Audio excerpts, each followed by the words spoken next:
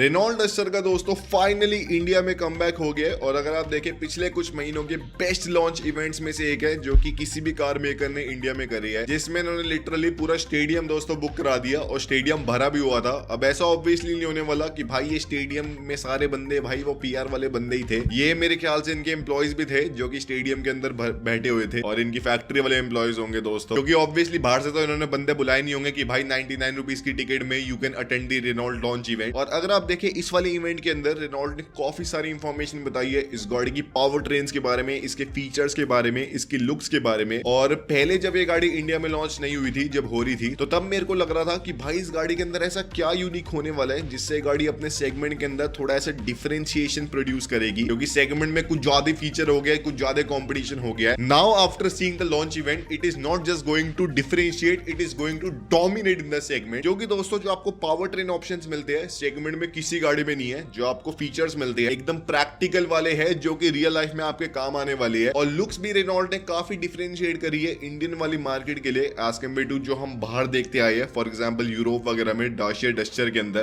तो Renault has really done a good job with this car. और दोस्तों जो लॉन्च इवेंट है वो काफी बढ़िया हो रहा था, जो लाइव चैट है उसमें लोग कारवर्सल लिख रहे थे, बढ़िया बात है दोस्तों, कोई दिक्कत नहीं है। पर फिर आते दोस्तों Kamlesh Kumar. What is this Kamlesh Kumar, तुम्हें आज के बाद कभी दिल्ली में घुसना है और अगर तुम दिल्ली में ऑलरेडी हो तो तुम्हें दिल्ली में रहना है क्या? How is this a good thing to do in the chat of other car maker? शर्म नहीं आ रही है तुम्हें? और ये भी दोस्तों अगर कम नहीं है तो इसके अलावा अर्नी सरीन क्या है दोस्तों, तो मेरे रेनॉल्ट वालों को हार्ट अटैक कराने बेचारे बेरली इंडिया में प्रॉफिटेबल है। 6 लाख में तो यार उनकी मैग्नाइट नहीं बिक रही, रेनॉल्ट की काइगर नहीं बिक रही इंडिया में, और तुम्हें डस्टर बिकवानी है यार, ऐसे मत करो। तो अगर आप देखें पहले आते हैं इसके लॉन्च इवेंट के अंदर, तो दोस्तों स्टार्टिंग में इसका लॉन्च इवेंट में स्टेडियम में ऐसे बढ़िया पटाखे वटाखे चलते हैं, फिर थोड़े बहुत सिंगर्स वगैरह आते हैं और वो गाने वगैरह बजाते हैं, फिर दोस्तों ऐसे ड्रम रोल होता है और फिर रेनॉल्ट के जो इंटरनेशनल हेड है वो स्टेज के ऊपर आते हैं और बताते हैं कि भाई कैसे इंडियन मार्केट बढ़िया है और भाई डस्टर कैसे इंडिया में एकदम डोमिनेट कर रही थी अपने सेगमेंट के अंदर। फिर थोड़ी बहुत दोस्तों दिक्कतें आना शुरू हो गई और इस गाड़ी का इंडिया में जो पूरा ऐसे बढ़िया ब्रांड वैल्यू थी वो खत्म होने लग गई। और अगर आप देखें डस्टर इंडिया में दोस्तों अच्छी गाड़ी थी, पर मेरे को क्या लगता है ये गाड़ी क्यों नहीं बढ़िया चल पाई कि टाइम के साथ इसने जल्दी इवॉल्व करा नहीं, कि जो गाड़ी 2011, 12, 13 में आ रही थी वही गाड़ी 2019 में आ रही थी, बस थोड़े बहुत माइनर चेंजेस के साथ। वहीं पे Hyundai अपनी गाड़ी में 3 साल 4 साल के अंदर चेंजेस कर रहे थे, तो वो हमेशा फ्रेश रह रही थी। ये मेरे ख्याल से दोस्तों एक काफी बड़ी दिक्कत थी रेनॉल्ट वाली डस्टर और निसान वाली टेराकन के साथ, टेराकन होती है टरानो के साथ। इसके बाद दोस्तों फिर ये वाले बंदे आते हैं, मुझे इनका नाम दोस्तों याद नहीं, पर मुझे नहीं पता दोस्तों इनको क्यों बुलाते हैं, इनकी सिर्फ यही है कि आइडेंटिटी की भाई ये रोडीज में आए थे एक टाइम के अंदर, और इसके बाद भाई कभी है भाई क्या है, मतलब इसके अलावा क्या कूल चीज है कि भाई ये रोडीज में आए थे, उसके अलावा क्या है कि रोडी, और रोडीज कौन देखता है दोस्तों? Who in this world watches Roadies, कि भाई क्या उससे मतलब क्या आउटपुट क्या है उस शो का कि भाई रोडीज, चलो छोड़ो भाई। इसके बाद फिर दोस्तों इसके बाद इसके लुक्स वगैरह के बारे में बताते हैं, जैसे अगर आप देखें इसकी लुक्स आपको काफी अलग मिलने वाली है एज कम्पेयर टू कंपटीशन। और बताते हैं कि जो रेनॉल्ट के इंडिया वाले 4000 इंप्लॉइज है और जो उनके इंटरनेशनल 4000 इंजीनियर्स है, उन सब ने मिलकर इस गाड़ी की लुक्स को बनाया और स्पेशली इंडिया के लिए थोड़ा बहुत डिफरेंशिएट भी करा है, ताकि ये गाड़ी ऐसा ना लगे कि भाई बाहर से ऐसे उठा के बस इंडिया में लॉन्च कर दी है, प्रॉपर आपको इंडियनाइजेशन मिले इस गाड़ी के अंदर। फिर दोस्तों इसकी पावर ट्रेन्स के बारे में बताते हैं, मैं आपको बाद में बताऊंगा। और इसके बाद दोस्तों इसकी इलेक्ट्रिक सनरूफ, इंटीरियर में आपको कार्बन फाइबर मिलता है, बढ़िया इसकी स्क्रीनों वगैरह के बारे में बात होती है, एडीएस वगैरह आपको दोस्तों ऑब्वियसली मिलता ही है इस गाड़ी के अंदर। और फिर दोस्तों इसका लॉन्च इवेंट ऐसे रैप अप होता है, गाने वाने चलते हैं। अब मैं आपको दोस्तों प्रॉपर्ली इस गाड़ी के बारे में बताता हूँ। अगर आप देखें सबसे पहले इस गाड़ी की लुक्स के अंदर, तो सामने आपको एकदम ऐसे रगेड सी प्रोट्रूजन वाली लुक्स मिलती है, ऑफ रोडिंग ओरिएंटेड, जिसमें अगर आप देखें इसके मॉनेट के अंदर आपको काफी सारे प्रोट्रूजन से मिलते हैं और काफी डिफरेंट है एज कम्पेयर टू जो हमने इंटरनेशनल मार्केट वाली दाशिया डस्टर में देखे थे, जिसमें बीच में ऐसे एक पार्ट उठा हुआ है, साइडों में आपको पार्ट उठे हुए मिलते हैं, सामने आपको मोटी मोटी लेटरिंग के अंदर आपको डस्टर मिलता है। अब लेटरिंग में तुम ऐसे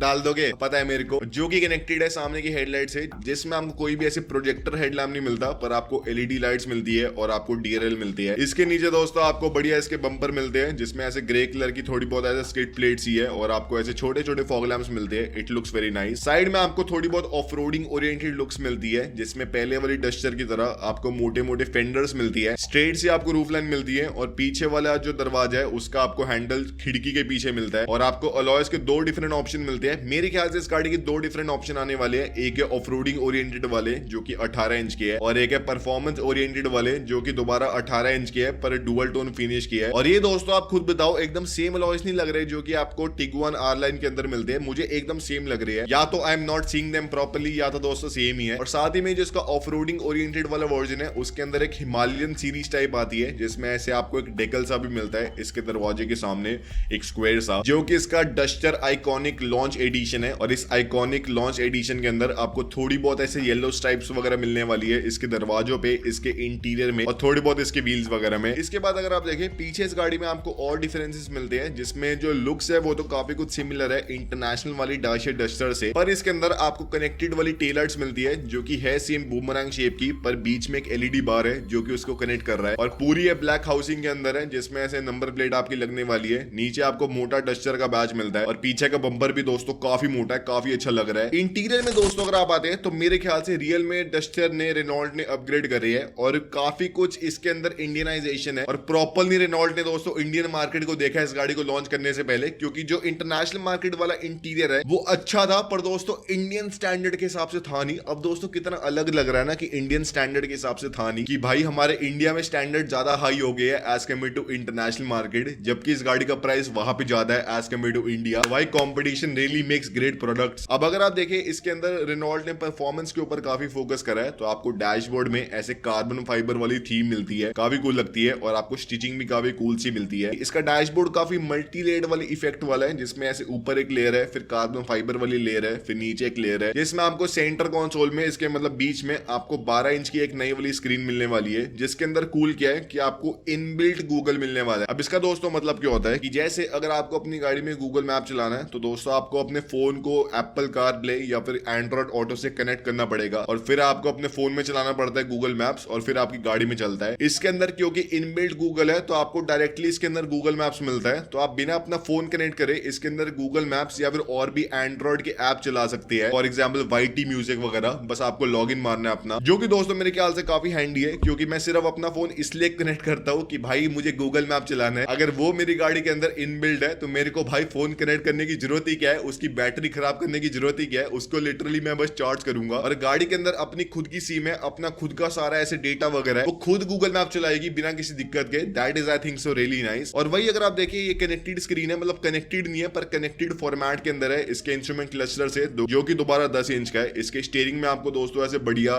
थोड़े बहुत शाइनी कंट्रोल्स मिलते हैं। सेंटर कंसोल में आपको ऐसे बढ़िया वायरलेस चार्जिंग वाला पैड मिलता है। इलेक्ट्रिक गियर लीवर मिलता है इसका काफी छोटा सा, जो कि जनरली इसके टॉप वाले मॉडल्स के अंदर ही आने वाला है। और आपको साथ में इलेक्ट्रिक पार्किंग ब्रेक मिलेगी। सामने की दोनों सीटों में आपको वेंटिलेशन मिलती है। ड्राइवर वाली सीट आपको पावर एडजस्टेबल मिलेगी और छत में आपको बड़ी पैनोरामिक सनरूफ मिलेगी, तो काफी दोस्तों डिसेंट है। और पीछे इसकी डिक्की में रेनॉल्ट कह रहे हैं कि बिगेस्ट बूट स्पेस है 700 लीटर की, अगर आप छत से कंपेयर करें, छत टू छत मतलब बेस टू छत, और अगर आप ना करें तो 548 लीटर के आसपास है, जो कि फिर भी सेगमेंट की काफी अच्छी मानी जाती है। पर दोस्तों अगर आप देखिए ये सब भी कूल है, मतलब काफी अच्छी चीज है, पर दोस्तों ऐसे एक्स्ट्रा ऑर्डिनरी चीज नहीं है जो कि अभी तक रेनॉल्ट ने करी है। एक्स्ट्रा ऑर्डिनरी है इसकी पावर ट्रेन। अब सेगमेंट में अगर आप देखें मैक्सिमम जो गाड़ियां बिक रही है अराउंड 60% पेट्रोल के अंदर बिक रही है, 40% अराउंड डीजल के अंदर बिक रही है। पर रेनॉल्ट का इस टाइम में इसके अंदर डीजल लॉन्च करना इतना कुछ वर्थ इट होता नहीं, क्योंकि ना तो उनके पास डीजल इंजन ऑप्शन है बढ़िया, और साथ ही में उसको BS6 कंप्लायंट बनाना, उसकी प्रोडक्शन करना,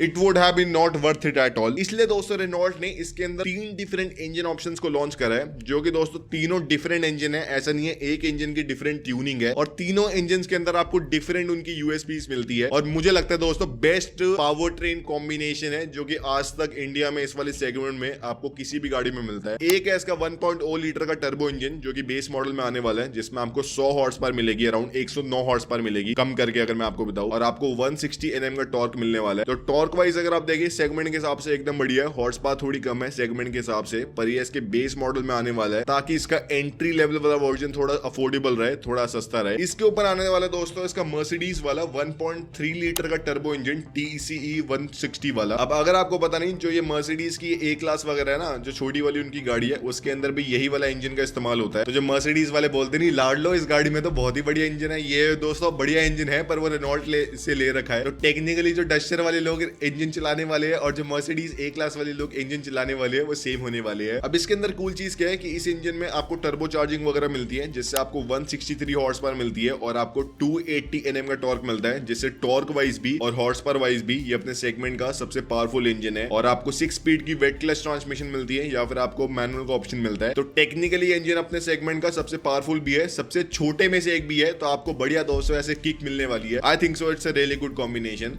और इसके ऊपर है दोस्तों लिटरली डैडी वाली कॉन्फ़िगरेशन, जो कि 1.8 लीटर का टर्बो इंजन, जिसमें आपको अराउंड 110 हॉर्स पर मिलने वाली है। अब ये जो टर्बो इंजन है कनेक्टेड है 2 इलेक्ट्रिक मोटर से और एक बैटरी से, जो कि 1.4 किलोवाट आवर की है। जो मोटर है वो कंबाइन करके अराउंड 49 हॉर्स पर एक्स्ट्रा प्रोड्यूस करती है, जिससे टेक्निकली अराउंड आपको 160-170 हॉर्स पर मिलने वाली है। अगर आप देखें इस वाले इंजन की स्पेसिफिकेशन एग्जैक्टली क्या होने वाली है कि ये ज्यादा दोस्तों हाइपर माइलिंग और ज्यादा फ्यूल एफिशिएंसी के ऊपर फोकस करने वाला है, क्योंकि ये वाला इंजन काफी बड़ा है और इसके अंदर पावर काफी कम है, तो इसलिए इसके ऊपर लोड काफी कम बढ़ने वाला है अगर आप हाई स्पीड बेस को चलाते हैं। साथ ही में क्योंकि दोस्तों इसके अंदर आपको बैटरी मिलती है, तो रेनॉल्ट कह रहे हैं कि 80% सिटी ड्राइविंग आप इसकी बैटरी के ऊपर ही कर सकते हैं, जिससे आपकी काफी बढ़िया फ्यूल एफिशिएंसी बचने वाली है, मतलब मिलने वाली है आपको। तो आपको अभी तो पता नहीं रेनॉल्ट ने कितनी मिलने वाली है, पर आपको 20 के ऊपर की फ्यूल एफिशिएंसी मिलने वाली है इस वाले पावर ट्रेन ऑप्शन के साथ। पर दोस्तों एक दिक्कत क्या है कि इसके अंदर आपको कोई भी ऑल व्हील ड्राइव या फिर आपको 4 व्हील ड्राइव का ऑप्शन मिलता नहीं है, जो कि मेरे ख्याल से मेरे को एक्सपेक्टेड था, क्योंकि इसकी काफी आइकॉनिक ऐसे ऑफ रोडिंग ओरिएंटेड वाली लुक्स है, उसका डीएनए है। तो अगर वो भी ऑफर करते काफी दोस्तों ऐसे बढ़िया मार्केटिंग हो पाती इस गाड़ी की कि बढ़िया 4x4 है इस गाड़ी के अंदर प्रॉपर, तो बढ़िया आपको ऑफ रोडिंग मिलेगी। तो वो दोस्तों एक सेगमेंट हमारा रह गया, चलो कोई दिक्कत नहीं है। और स्पेशली क्योंकि अगर इसके 1.8 लीटर वाले इंजन में आपको 2 मोटर मिलती है, तो 4x4 बनाना काफी आसान था, पर कोई नहीं दोस्तों, they would have thought about it. अब इसके अलावा रेनॉल्ट बताते हैं कि इसके अंदर आपको स्टैंडर्ड 7 साल की वारंटी मिलने वाली है, लिटरली 7 साल की, अगर आप इस गाड़ी को परचेज करते हैं। और इसकी अगर आप देखें तो बुकिंग रेनॉल्ट ने ऑलरेडी स्टार्ट कर दी है और अपना एक आर पास को लॉन्च करा है, जो कि 21,000 रुपीज का आर पास। एक तो इतना अजीब सा लग रहा है भाई, क्या डबल मीनिंग लग रहा है, जिसके अंदर आप 21,000 रुपीज अगर देते हैं तो आपको इंट्रोडक्टरी प्राइस थोड़ा कम मिलने वाला है एज कम्पेयर टू जिनके पास आर पास नहीं है। साथ ही में आपको थोड़ी बहुत एडिशनल डस्टर वाली गुडीज मिलेगी, जो कि नॉन आर पास वालों को नहीं मिलने वाली। साथ ही में दोस्तों आपको ज्यादा जल्दी डिलीवरी मिलेगी, जो कि नॉन आर पास वालों को नहीं मिलने वाली। और अगर आप देखिए इसका जो लॉन्च है, मतलब अनवील है, अभी तो हो गया है, मिड मार्च में इसका प्राइस अनवील हो जाएगा।